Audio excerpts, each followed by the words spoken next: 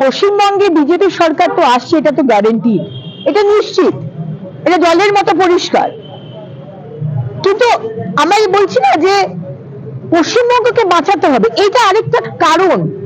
এই যে এই সরকারের এবং স্পেশালি মুখ্যমন্ত্রী এবং তার আশেপাশের মানুষদের যে ভাষা, যে ভাষার দুঃশাসন, দুর্যোধন, আপনি অন্য পার্টির হতেই পারেন, কিন্তু একজন শীর্ষ নেতৃত্বকে আপনি এই ভাষায় মুখ্যমন্ত্রীর চেয়ার থেকে বলছেন, আপনি তো পশ্চিমবঙ্গের সভ্যতা সংস্কৃতিকে শেষ করে দিয়েছেন মুখ্যমন্ত্রী। আপনি হয়তো 4টে ক্লাব পান, আপনি বলেন এবার খেলা হবে না, এবার ফাটাফাটি হবে। এই ভাষাগুলো অন্তত বাংলার মানুষ এই মুখ্যমন্ত্রীর চেয়ার থেকে আমরা শুনতে রাজি নই। সে কারণে এটা আরেকটা কারণ, সরকার তো হবে, অনুপ্রবেশকারী বন্ধ হবে, কিন্তু এই পশ্চিমবঙ্গকে যে সংস্কৃতি আপনি শেষ করে দিচ্ছেন সেটা কিন্তু আমরা শেষ হতে দেব না।